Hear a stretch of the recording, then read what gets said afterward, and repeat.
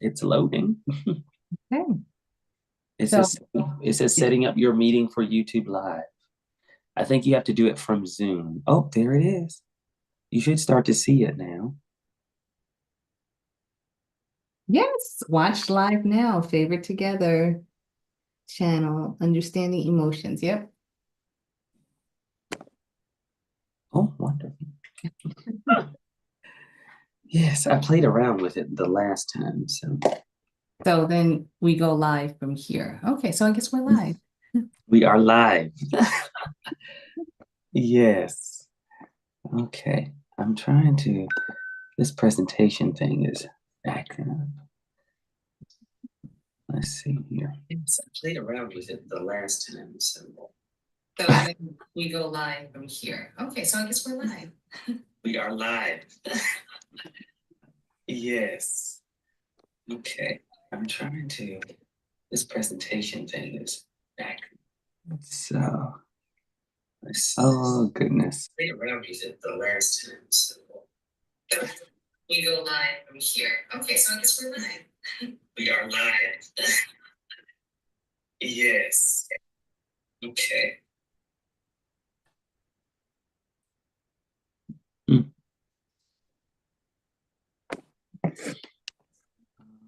So I Goodness. guess one of the things while we're waiting for Mm-hmm. folks, um, you know, we're talking tonight about understanding emotions and creating well-balanced partnerships. Mm-hmm. What led you to really come up with this topic? Why is this important for you to share with the participants? Initially, this came from an observation with the current climate and the current situations that were happening not only around me, but also in the world at large, especially in when you think about just people's careers and people's business affairs and their work environment, and also in the church.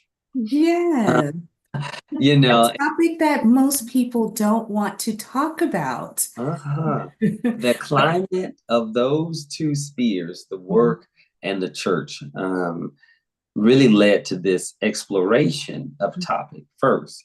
I explored it and was like, okay, let me see if I can try to put a finger on what is going on Mhm. and why what's going on is happening. Mhm. And then it kind of led from like a little rabbit hole. You find one piece of the carrot and you keep Yes. eating and now before you know it, you're deep down in this hole and Mhm. you're like, wow, this is pretty interesting. Now it's time to bring others Mhm. in this space with me. And Mhm. that's really where this kind of started from. And I would venture to say, in addition to the three mountains you mentioned, I would say that this has now entered into all seven mountains of influence. It Mhm. doesn't matter with the leader that I'm talking about from each sphere, there's a tendency to start the conversation out with, I feel. Mhm. And I'm sitting there like, why is I feel in the equation? Why is everyone's first inclination is to start out with I feel? And I was more surprised because I've worked with a lot of folks in the different spheres, but I was thoroughly surprised when I started to speak to pastoral leaders that they're now entering that I feel into the conversation and even from the pulpit. So when you went down that rabbit hole, because I know sometimes I go down that rabbit hole too, and I Mhm. have not been able to get to the root of what transpired that everyone, even from pastoral leaders, are now starting out their sentence with I feel versus here's what I know God said. Where is that coming from? It comes from a place of and this is a really touchy one, It it You know comes from a we place. go there. It comes from a place with leaders being insecure Mm. of their position. And so one of the things that, and not only their position in the church, but their position with God. There's this Wow. insecurity with their position with God to where, because you know what, in the scripture, did Jesus ever leave with a statement? He said his explanation to those that came or even criticized his ministry was, I do what I see my father do. They're doing. This is what I was sent to do. And Mhm. I come in the name of him that is greater than I. Like, you see these messages that foreshadow his predestined behavior, but also he is secure in his God. He's not flabbergasted at the question and like, oh my gosh, you just really asked me that? This is my emotion. This is how, because you're responding out of a place of either fear, or you're Mhm. responding out of a place of, I got to fight for my position. I got to fight for my title. And so you lead with that. And that first thing that your language will echo is what's already in you, right? So a man thinking in his heart, so is he.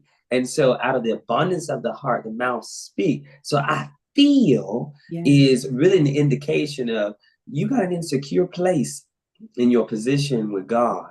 And Mhm. that makes you feel like you have to fight and Yeah. you have to defend yourself, Mhm. or I have to justify why I did what I did, instead of saying, you know what, I take responsibility for what I did, Mhm. and this is how we should move forward. Because Right. when you get stuck in the I feel feelings, Mhm. there's nothing I can do with your feelings. Your feelings, I can't, even as a therapist, the one thing that they're going to talk you through it, but that's Mhm. all they can do. Mhm. They I can't medicate your feelings. I can't sit there and I Yeah. can't prescribe things. You know, what I can do is give you a strategy on how to deal with the Mhm. repercussions Mhm. or the situation at large. But if you just tell me all day long, well, I just feel this way, the only thing I can say is explain it to me, and that's it. Right.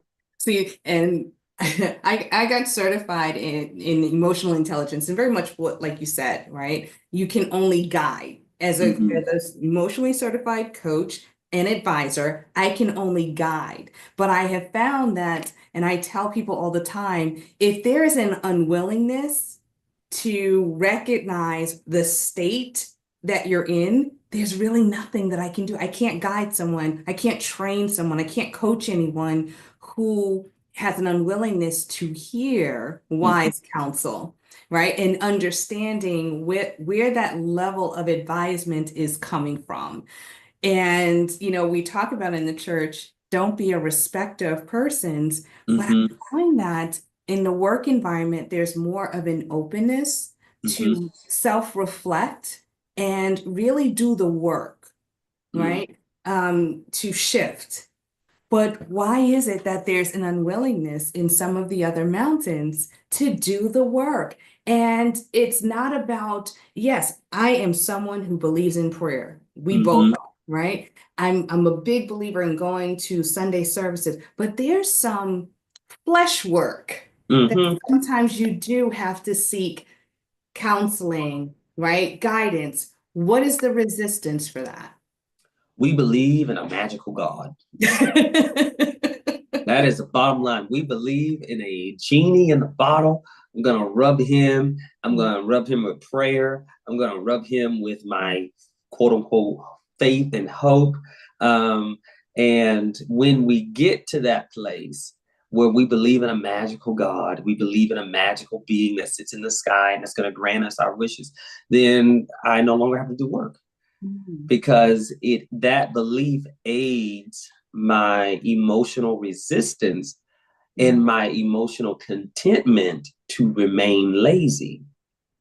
I If like it, that. uh, it that fortifies my lazy mentality to say, well, I'm just gonna put it in God's hands, and I'm gonna let God. I'm waiting on God. I'm just waiting, Yes. and you God's miss. gonna do a new thing in me. Uh-huh. And you miss the scriptures, or you miss the prescribed knowledge of God, the wisdom of God that says that a man has to work in order to eat. Mhm. And how can man live by bread alone, but every word that proceeds out of the mouth of God? So if I have to, not only can I pray, but I have to work. I have to put forth an effort. Jesus even said, he said that the person that puts forth his hand to the plow and turn back, not even, he said, and looks backwards, is unfit Yes. to even enter the kingdom. So if you lazy, you unfit. And I really appreciate the video that you uploaded today, where you talked about that level of transparency, right? As a leader, we sometimes, we have people across our desk that we have that has what we need in order to grow, right? But we sometimes get stuck with, I just don't like you. Right. And when you shared that perspective, I think about the times that I had to lay to the side the fact that maybe and really do the work, right? And figure out what is it about that person that I don't like? What is on them or what is in them that is causing me to say, I don't like you? Because odds are the majority of the time, it's something that they strike a nerve with me, or they're stretching me too much, or they're pushing me too hard, or they're holding me accountable and responsible that I sometimes will say, I don't like. But what would you say? And I see that some people are joining, and then we'll switch over to your topic. But what would you say to a leader that is stuck, staying in their emotions, saying, I feel this? Now they'll be able to have to self-reflect on. But what would you say to that leader that says, I don't like even someone who I'm supposed to be covering and responsible for?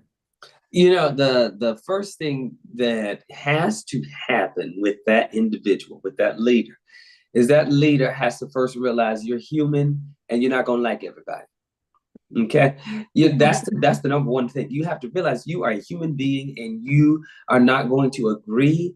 It's not going to always feel comfortable. I think sometimes when we get into leadership roles, we feel like the people that's around us that we have been tasked to either lead, or people have come up with us to help us, we feel like, oh my goodness, I gotta like them. Like I gotta get along with them. I have to, and that's not necessarily true.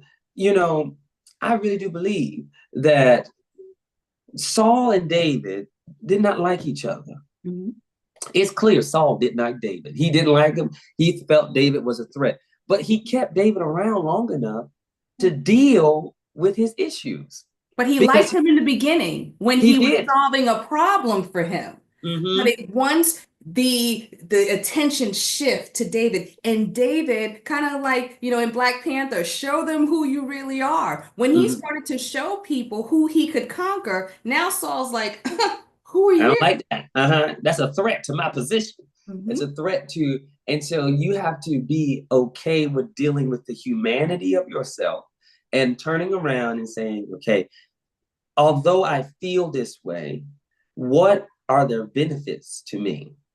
How do this person or this entity benefit the vision and the purpose that I am trying to execute and to bring into fruition?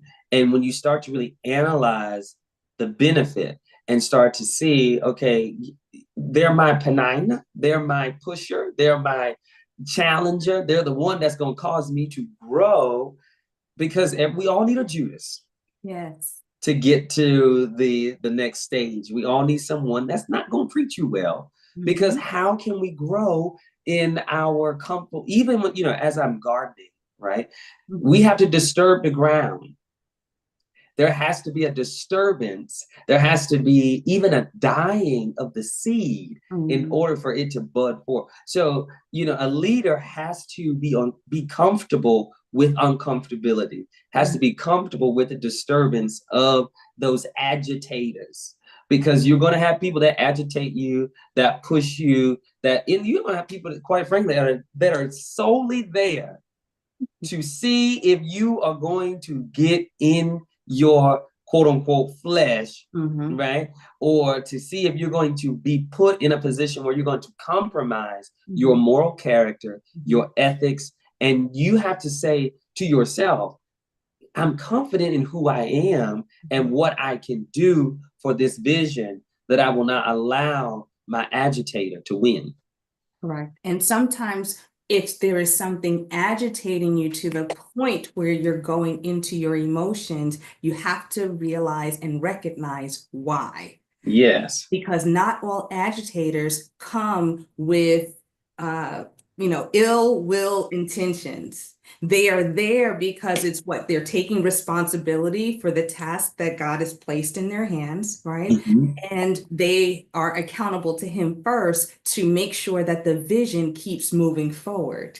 Right. So that's why it's a lot of peeling back the layers. And I'm glad that you're having this topic tonight. And I see that we have some folks that have joined us, and Brandon and I were just kind of talking about and sharing, the reason why, is we kind of went down a rabbit hole, but ultimately he was sharing why this topic is so important to him. And Brandon, I'm going to turn it over to you so that way you can now share, and everyone can kind of partake and enjoy and join in on the conversation. Yes, this is actually what I don't have a presentation. Yeah. Um, my I do have a visual, but I do not have a presentation. I want to really engage and really discuss, um, because we're all leaders. So I'm going to lead with that. But I will show my visual so that I can kind of stay on track for time's sake, and also so that you can see the instructions for some of the activities that we will be doing. I think it's very, very crucial, that if you can turn on your camera, if you can, and your mic when it's time to have these discussions. This will be a very active and interactive webinar today. So I'm going to share my screen here. And as I am preparing, I want you all to, I'm going to also share a poll, a pre-assessment poll, as I am getting things situated here as well. We're having a small little delay in the, okay. All right. So I'm going to share a poll with you all.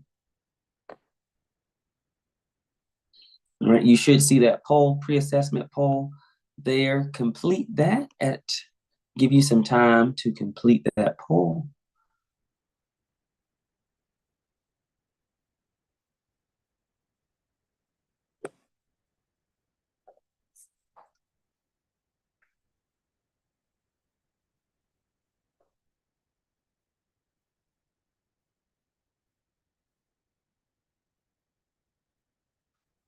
Wonderful.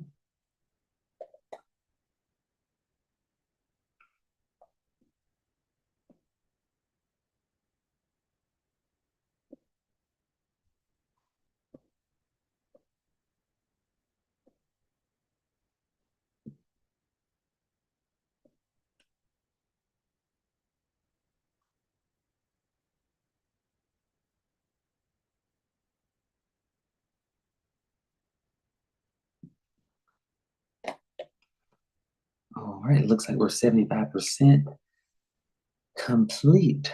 Waiting on one more person.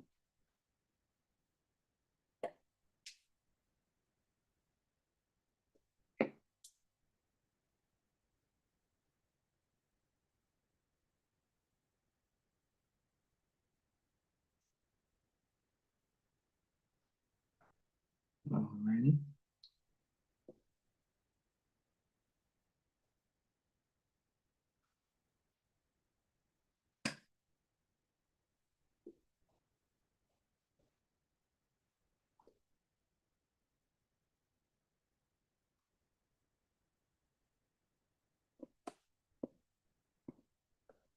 Okay, so I'm gonna go ahead and end the poll here.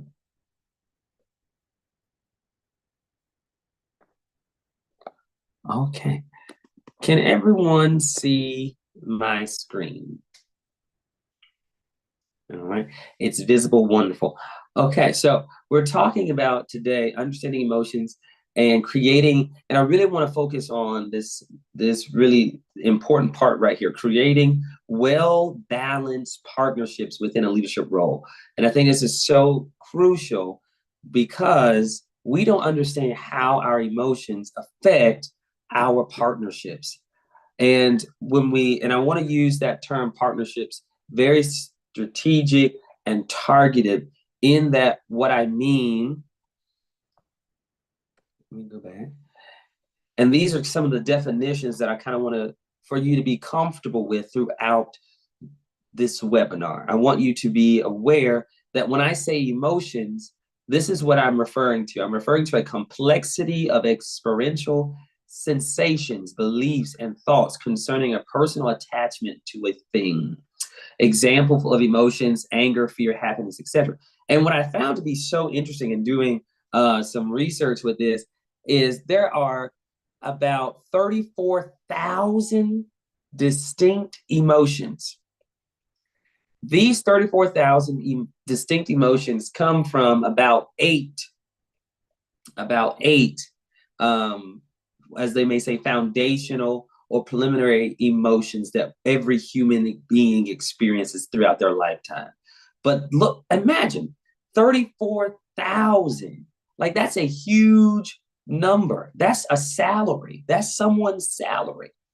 That's someone's car note. 34,000 emotions. We can experience, and imagine this, you can experience more than one, two, three.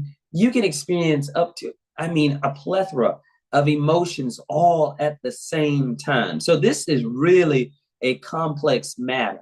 And being honest with you, we're not going to be able to touch even the smallest hair of this conversation just within this hour. So I would encourage you to really join us and partner with us as we begin to develop. And we'll talk a little bit later about some of the things that we have planned for Favor Together and the cohort. So I want to kind of put that plug in there really quickly because it's so important to understand this is really deep and really detailed. And I want you to understand when I say the words leadership, I'm referring to the capacity to translate vision into reality. And this is actually a quote that I found that I thought was so, so profound. Leadership is the capacity, the ability to translate vision into reality. Now, when we really think about that, when we really call ourselves a leader, are we really translating vision into reality? And so a leader, and I like how this definition is so broad in that it doesn't kind of keep anyone out. You are a leader of yourself. If you say, well, I'm not a leader on my job, or I don't sit in a supervising role or a managerial role on my job, or I'm just work from home, or I just work at home. You're a house parent, the wife, father, whatever that may be, and you say, I can't possibly be a leader. I want to challenge that ignorant thought right there. You are a leader. You know how? You know why? Because you lead yourself. You have to translate your dreams, your vision into reality every day. Every day you get up, there's a thought in your head of how you can be, how you can do. And you take that thought and you make it a reality, right? So you are a leader. You have the capacity to translate. And this is what is so profound. You have the ability within you already. I don't have to give it to you. All I have to do is teach you how to use it, but it's already in you to use. And so these are some qualities that leaders, or that psychology kind of define for leadership. There's a genetic quality. There's some genetic qualities there: extroversion, assertiveness, empathy, social intelligence. And these are environmental qualities: education, self-development, and experience. All these things kind of work together to build and to be the building blocks and kind of help leaders become leaders. And there's this term I remember back in my college days that was thrown around, and that was innate leaders. and the word innate leaders being one that was born to lead. And I thought that was so profound that we had this term innate leaders, those that were born to lead. But then also, we also had this term for leaders that were taught to lead, right? So you have these, so leadership is not only genetic, but it's skill based. It's being able to learn and to develop the know-how to utilize the capacity that's already within. And lastly, partnerships. What I mean by partnerships, these are the themes woven within individual diversity, right? Interactive processes and external circumstances. And this definition of partnership comes from these theories, comes from an evolutionary theory, an attachment theory, interdependence, and stress model. But I want to really highlight what partnerships really look like.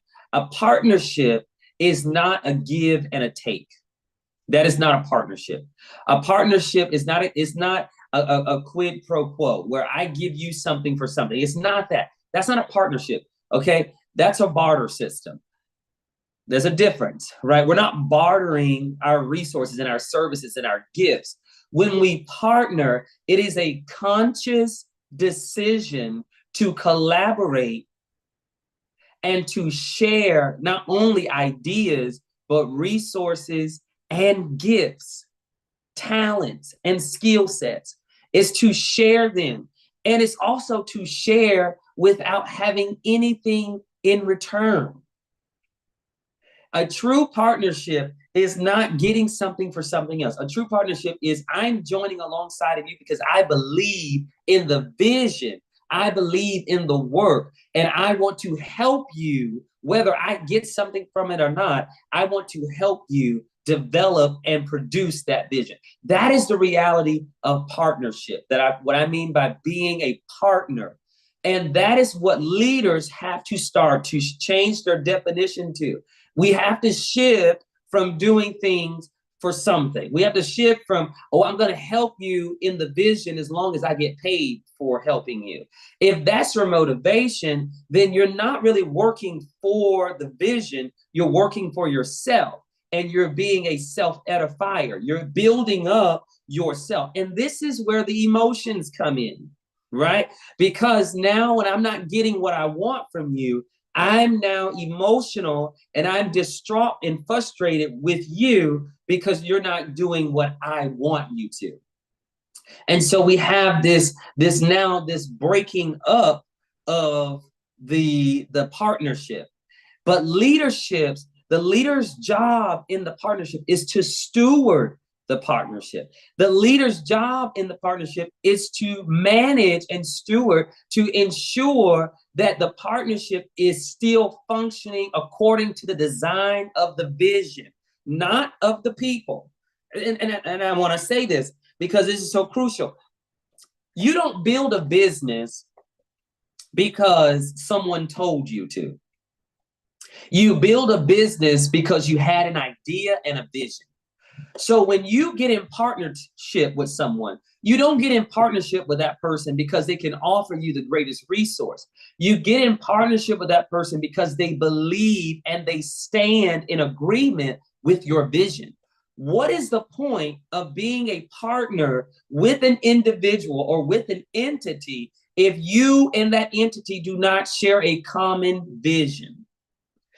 You got to be, and this is really the bedrock of a lot of what I like to call partnership divorce, right? You get in marriage, you get in agreement, and this is the bedrock of a lot, because you either you start out believing the same vision, trusting in the same vision, and then you start to slowly separate some way along the line.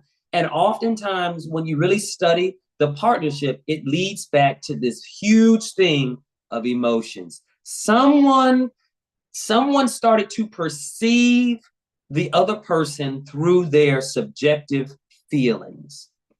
And this leads me into my activity. I have another poll that I'm going to put up, and this is just really just to kind of get the conversation started. And I want you all to do this poll for me.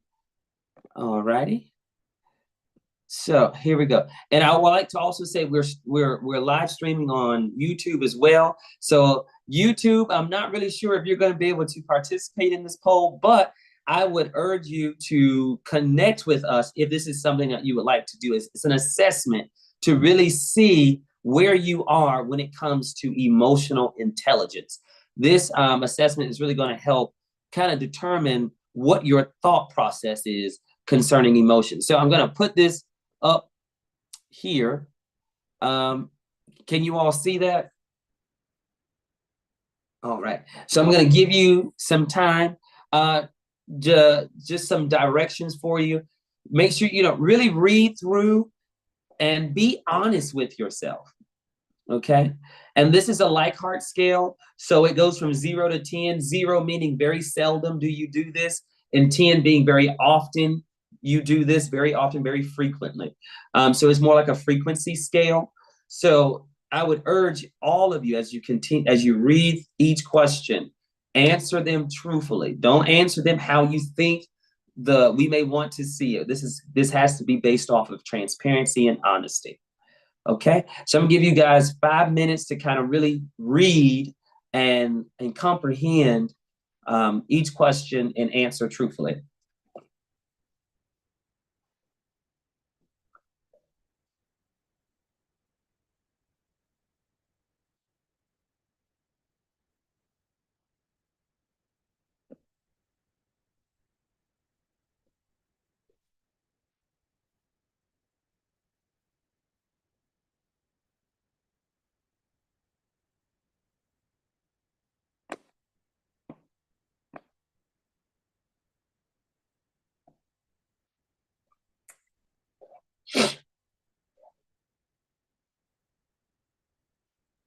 Also, is anyone having any troubles with the poll? Please let me know.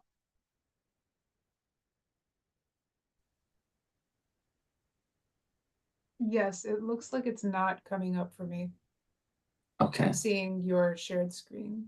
you're seeing my shared screen. Is anyone else having that issue? Let me see. Oh, I think there it is. I forgot to hit launch. Thank Okay. Yes, no problem. Thank you, Jamila.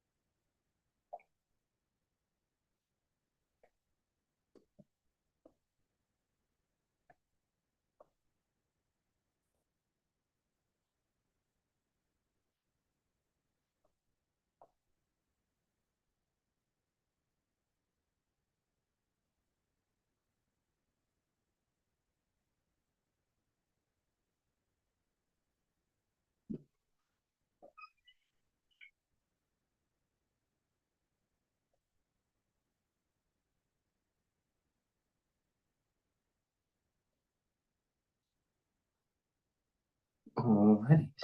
I'm starting to see some answers come through.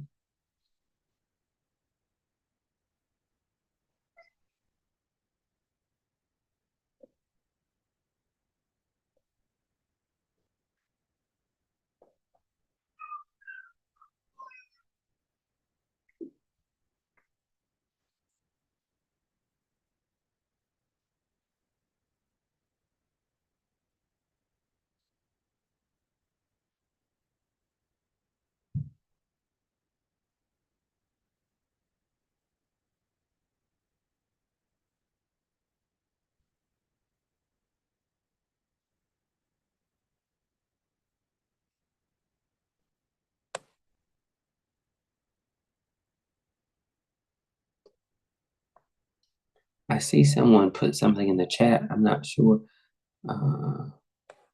I can't really I don't have access to the chat right now with the poll being up. So, Rhonda, would you mind reading the chat to me?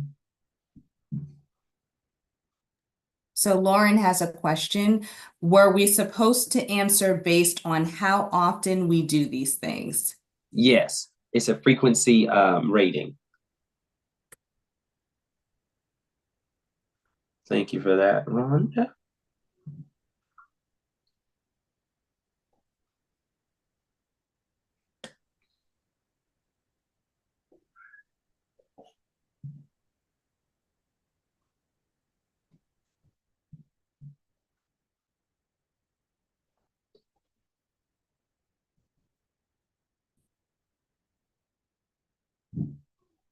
Okay. Looks like we have one more individual. We have a few more minutes. We have about one more minute left on the poll. And I'll keep this up as well as we discuss, because we're going to go through each of these and discuss them together. And I really want you all to be comfortable enough to be transparent in this moment.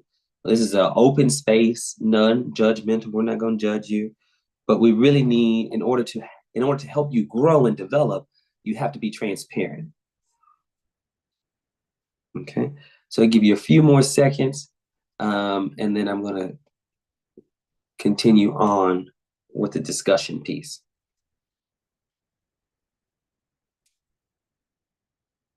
Okay.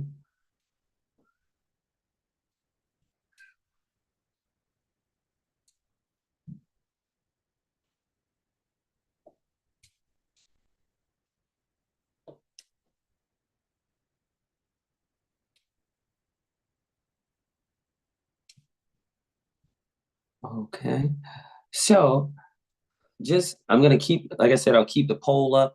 So if you are still answering, I don't want to shut you out. But we're gonna go over some of the answers. Can you all see my screen with the poll answers on it? Or are you only still looking at, can you all see my screen with Yes, the it says quiz results. Yes, wonderful. Okay, sounds good. So let's unpack question number one, treating people badly, right? And I like how it just comes right out of the gate. Let's just get right to the nitty gritty. Treating people badly, such as not showing people they care, forgetting to say thank you, not respecting people, not making people feel valued. Now, not surprisingly, right? We don't have any 10s, 9s, 8, 7, 6, 5, 4, but we do have a 3. And I'm curious to know, because I can't see who put a 3, but I am curious to know who put a 3. If you just kind of out yourself real quick, because I would like to know why you put a 3. I put a 3, Brandon. So my reason as to why I put a 3 is because I'm the type of person where I don't want to be on two extremes. I'm never always perfect. I'm never always not. But I know that there has to be a time or two where I got overwhelmed or I had a lot on my plate and I was running and I forgot to say thank you to someone. So that 3 is more so to gauge those that I missed, may not be very often, but those that I may have missed. But yes. Yes. Okay. So your realism, right?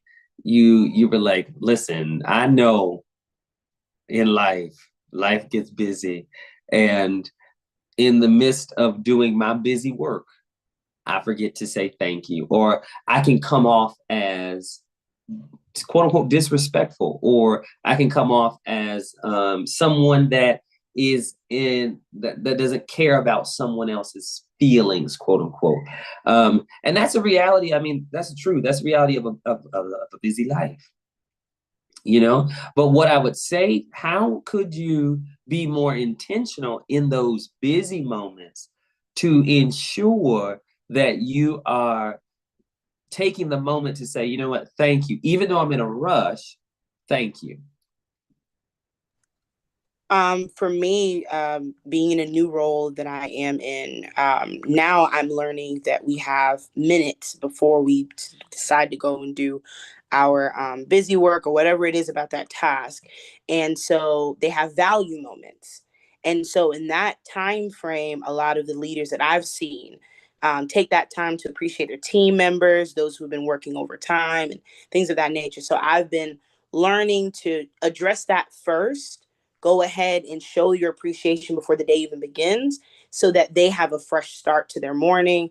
And so I want to continue to kind of implement that so that before I even get started running around, I address those that are working with me, partnering with me, helping me out so that they can know that they're appreciated too. Yeah. And I would also add to that, getting in the habit of doing it anyway, getting in the habit of just saying thank you, you know, regardless of how small or how big the task is, or how small or how big the what you may think the circumstance was, you know, getting a habit of just saying it anyway and not being superficial with it, because people can smell that too. People know when you're being fake and you just brush it off, but genuinely saying, you know what, thank you for this, as you are kind of moving from task to task. The thing that we have to build with emotional regulation is consistency. You have to regulate and introspect consistently. It's not just a one-time thing. So I thank you for that. Does anyone else want to share why they put the choice that they put?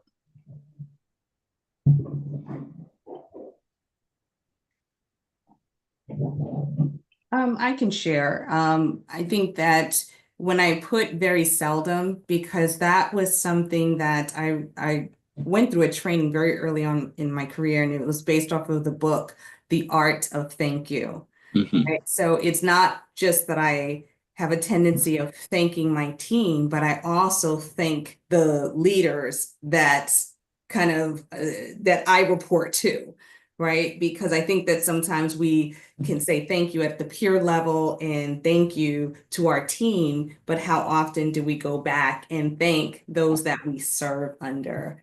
I'm very intentional about doing that. And something that Laurel said that really resonated, it's, you know, recognizing, doing that self-reflection at the end of the day and kind of like, oh, wait, let me just double check. Did I say thank you? Did I reach out and say I appreciate you? So it has become part of my regular routine. But again, life's and I miss it, but I still make sure that I go back even the next day and say, hey, thank you for X, Y, and Z, and being very specific on what I'm appreciative of, but thanking up, thanking across, and also thanking down. Yes. And I like to I just to share a transparent moment with me. Last Friday, so for those that don't know, I've been promoted. And so last Friday, I actually waited around. We had graduation. I waited around outside for the people that sat in my interview to come out, and I hugged them and I said, thank you. And just they just like lit up with a smile, like, oh my goodness, you really waited out here. And I'm like, like because I knew, you know, like, let me go ahead and pay it forward. Let me go ahead and just let you know that I appreciate the opportunity, because you didn't have to. You know, there were other candidates, quote unquote. I don't know if they were, you know, but I know that you chose me because you saw something in me and you took a chance on me. You know, being the youngest employee at the college, you was like, you know, we're going to give him a chance. And so it was a thank you. And being able to be cognizant of that is very crucial as we begin to talk about emotions. Okay, so living by the adage, do as I say and not as I do, and not setting good examples, right? So let's see, we have a 2 and a 0. All right, so who put 2 and why? I think this is going to be a common trend. I think it's going to be a Go ahead. Yeah, so I put a 2 because, again, I'm not an all or nothing type of person. I know there's a way in there where I may have slipped up and, oh, did I say that? And then I did something else, you know? So as I'm emerging and growing as a leader, you catch yourself sometimes, like maybe I was being a hypocrite in this area, or maybe I wasn't really putting my full example like I should have after I just said this or that. We fall short. But that's the reason why I put two, because again, I want to remain a woman of my word. I want to remain a leader that speaks and does what she speaks. But again, emerging leader. So I know that there are areas where I still fall short in that. So that's why the two is there. But yeah, I mean, and again, that's reality of life. But my question to anyone can answer this, not just you, Laurel, but my question is, why is this so important when it comes to managing the morale of your team or your coworkers or your peer group? Why is it so important when it comes to managing the morale?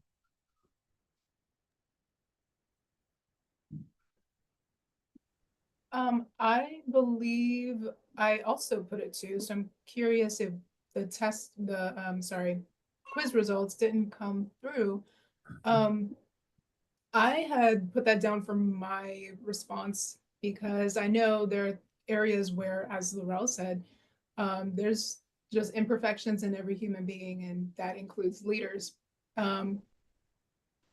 One area where I can be specific is I'm making progress with time management, but in this meeting, I had an unexpected phone call that I took right before the start time. And as a result, I joined a few minutes later than the start. That's something where, that's an example for here, but in a setting where people look to, again, who's setting an example,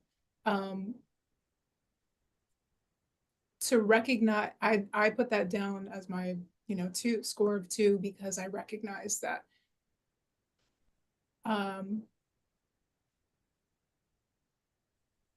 yeah, just the imperfections are going to show. Mm-hmm.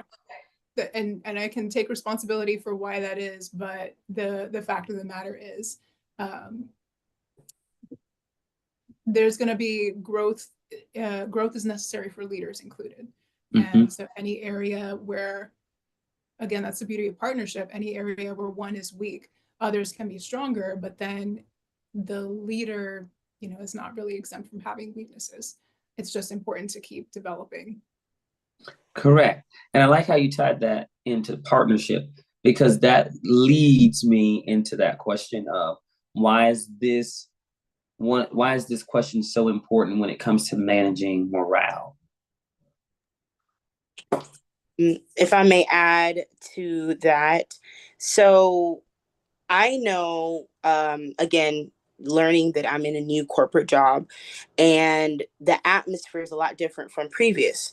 And so being in that transition, I noticed a difference in morale from my previous job and the job that I'm in currently now. And one of the biggest things that I hear coworkers talk about all the time is, oh, so and so is just not the type of person where they're going to follow through, or they're not reliable, or they can't be trusted. And a lot of that causes the coworkers, even those that have been here for years, they don't really want to move. But at the same time, they're stuck in this place of, my leader's not there to support me. My leader's not there to really be there for me. And it breaks the morale. Honestly, it causes the team to have low self-esteem about what they can achieve. And I know that a leader is very impactful for the motivation and the movement of the team, and the movement of the productivity as well too. When morale is down because you can't trust your leader, because your leader shows a weakness in that area, that they can't be trusted, it causes the whole team to be in a disarray. People can't trust others. There's a lack of camaraderie. They can't talk to each other effectively. Work cannot be done efficiently. So it really does impact. And sometimes also too, I think people forget that leaders are humans. So, sometimes there isn't a layer of grace, and it could be because of previous situations where they've been hurt before, but sometimes they forget that that person is a human. So when you do fall short and they try to pick back up and rebuild that, again, the emotions get in the way, and it's hard to do that because they can't move past what was done previously. So, And I really want, can I just piggyback on what yeah. Laurel said? Because it was so key. Uh-huh. You know, as soon as I saw the question, I automatically did 0 because, okay, I did get in my emotions because I despise that phrase, do as I say, not as I do, right? Mhm. And that is, you know, and that's from growing up, going to Catholic school. That was really the mantra. So the moment I hear that, that means to me, it's not a collaborative environment. You're not really wanting me to bring what I bring best to the table. So in those type of environments, I'm like, not for me, right? And I've learned that we have to be careful with those phrases of go with the flow, right? Do as I say, not as I do, because then that means that you're leading in the wrong way, and I don't want to be around people that have that mindset. So I really stopped at that first part. So I didn't catch the rest because it was like, do as I say, not as I do. I put 0 and I moved on. So just a transparent moment that, you know, that's where I was at.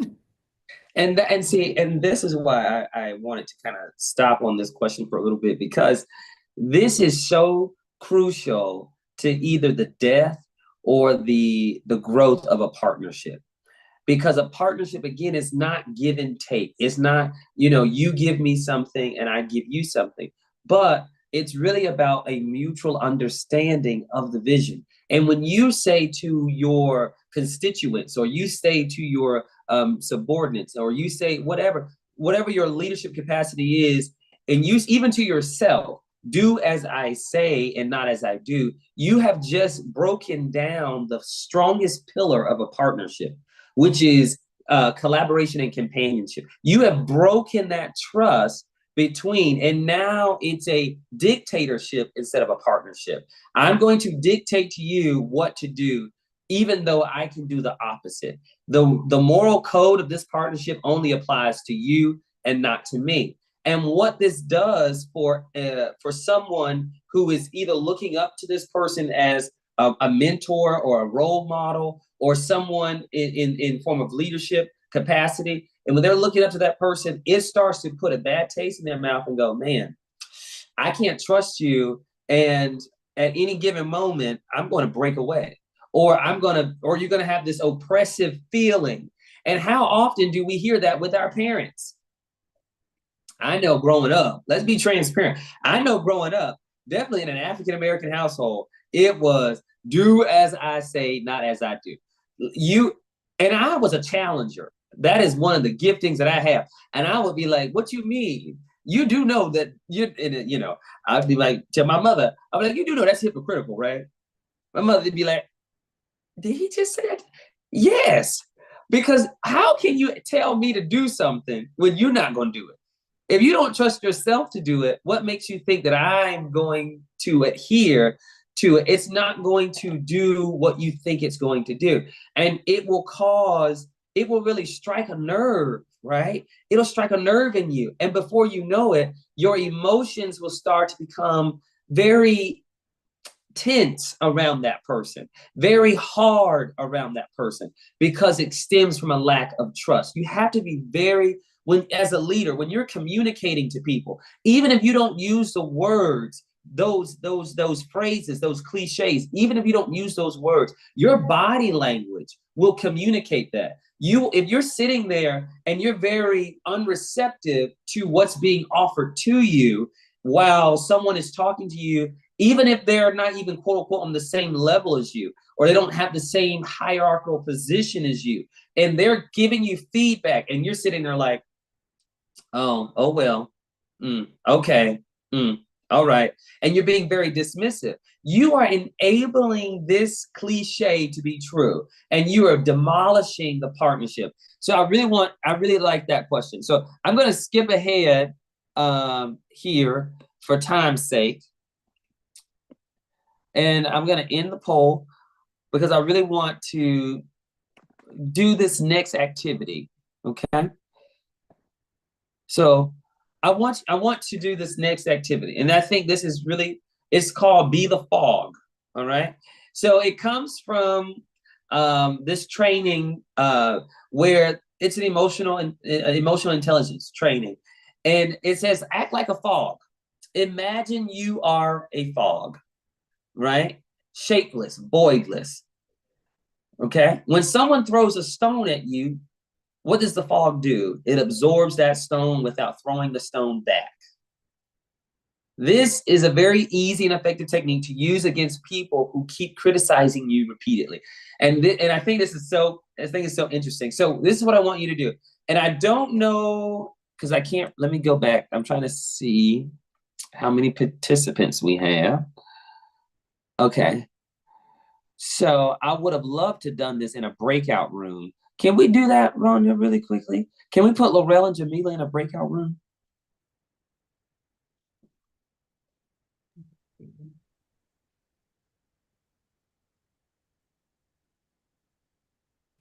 And while she's figuring that out, I'm going to give you guys the instructions, okay? So what you're going to do, you're going to have one person that is going to criticize, okay? They're going to be the one that throws the stone. And then you're going to have the other person that's going to process, that's going to listen to the critic. And then the person that has listened and processed is going to agree without explanation. So for an example, a critic will say, you just don't understand. And the listener will say, yes, I just don't understand. Okay. And I'm going to give you a few minutes, about 2 minutes, to kind of just go back and forth. So for 1 minute, you'll kind of rotate. We just have to do it here, Brandon. Okay. So I'll mute myself so that there was no interference. And then if Jamila and Laurel can kind of just pick and choose who would be the critic and who would be the listener, or I can choose for you if you want me to. Do you prefer if I just go ahead and choose? That works for me. Okay. So Jamila, I want you to be the critic and I want Laurel to be the listener.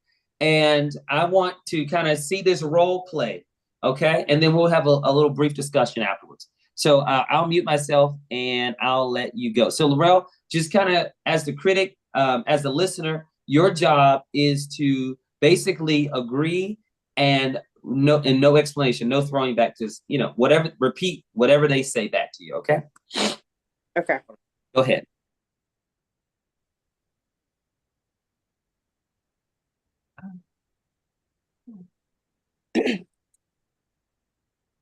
Laurel, did you, I don't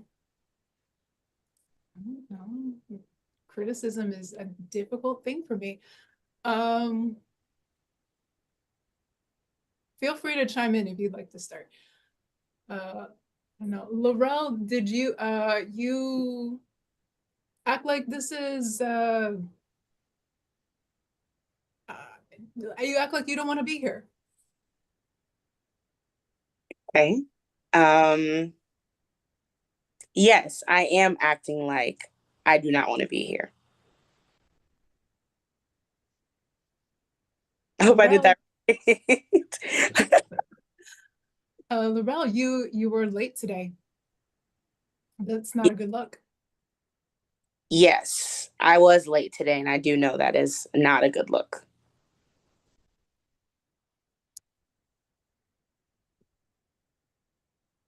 Laurel, you said you were gonna do better about this. You didn't do better. What happened?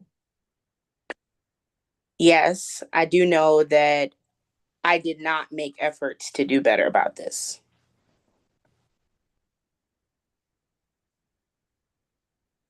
Enough examples? I'll stop right there. Okay. So let's talk about that. How hard was that? How difficult was that? For me, it was difficult. I am a person who speaks from constructive. So I even started with wanting to open a question, as in let's dialogue about what happened, if there is any criticism that's valid. That's my perspective. Laurel, what about you? Being the fog, right? Being the person that's having to take the stone and not spit it back out and not throw it at the other person? How? Very extremely difficult. Because I just overall, I think it's part of, I don't even want to say it's human nature, but it's a societal norm to want to explain yourself. It's a normal thing to want to be like, but or I was gonna do this, but try to give excuses, cover up, or so without even really thinking, because there was no real situation, because we're role playing. My mind automatically went into defense mode. Like, let me try to cover or try to kind of like protect my character in an essence. So it was very hard. That is a very good exercise. Let's think about this really briefly. The emotional intelligence it takes and the emotional stamina it takes not to throw the stone back at someone, to deflect and say, oh no, this has nothing to do with me, this is about you, or why are you asking me all these questions? It takes a lot of strength not to do that. And the exercise really pinpoints two things. One, even from Jamila's perspective, being the critic, sometimes you have to address some hard situations, right? Definitely as a leader. There's a certain way we do it. Of course, we don't want to be like, just throwing sharp stones at people and aiming them in the head like, you're just stupid and dumb, right? We want to be careful with that. But also, there is a challenge sometimes as a leader that we don't necessarily want to be confrontational, and we have to be. But there is a proper way to do it. And in the receiving end, oftentimes this is where emotions really start to rile up, because we're looking at it and going, you ain't my mama. You don't know me. You who are you talking to? I'm a grown woman. Oh, I'm a grown man, right? Your neck start rolling, your eyes start rolling, you start pointing the finger. I love this because I see this all the time in church. When things are going on and there's some correction going on, people start crossing their arms, start crossing their legs. They start, they get that in their neck. And you're like, what is that? Who is you? Right? Because you're like, oh my goodness, you are starting to defend. So you're starting to close yourself off and become unreceptive to the truth. Because oftentimes we don't, if it's a lie, oftentimes what we do, we be like, oh, okay. We brush it off. But if it's true and we don't want to deal with that harsh reality, we start to deflect. So I would urge you all to find a trusted person to do this exercise with you and do it daily. They actually tell you on this training that you should do this often to kind of keep you abreast and keep you on your toes, because you just never know when you're going to be in a situation where you're having to receive criticism or give it. Okay, so I'm going to end it right there. I do have another exercise, but I think we could really do a part 2 to this, or even a continuation on a one-on-one basis. So I'm going to let Rhonda kind of speak to that here.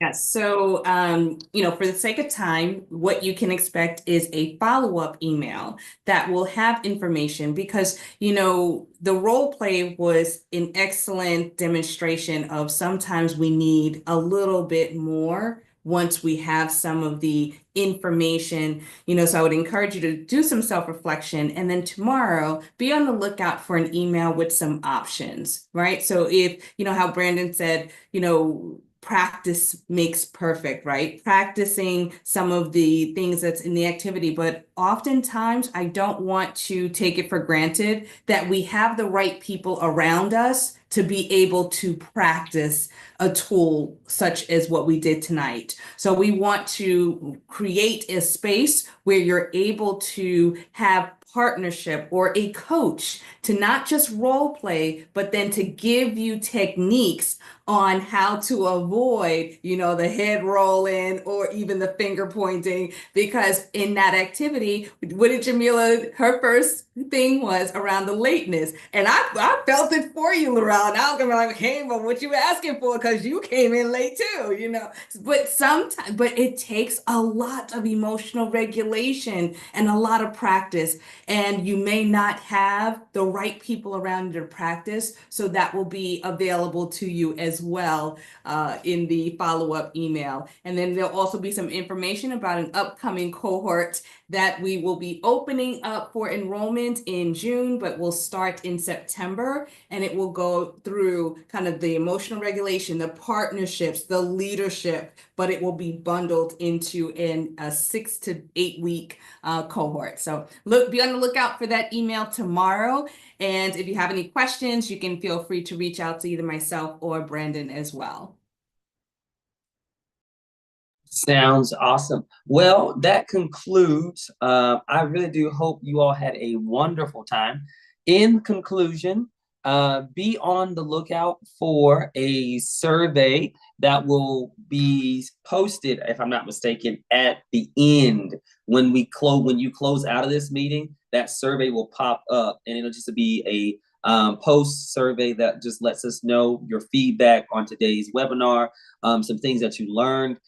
So just be on the lookout for that as you exit out of the webinar. So without further ado, I thank you all for coming, and I hope you all had a wonderful, wonderful experience. And again, let's link up, let's connect, let's partner together, and let's develop ourselves in a better way. Okay. So Rhonda, do you have any closing remarks? Nope, that's it. All Thank you so right. much for joining, and we look forward to hearing your feedback.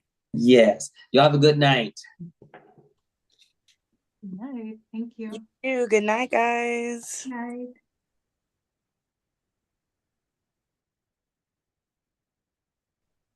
You have to end it so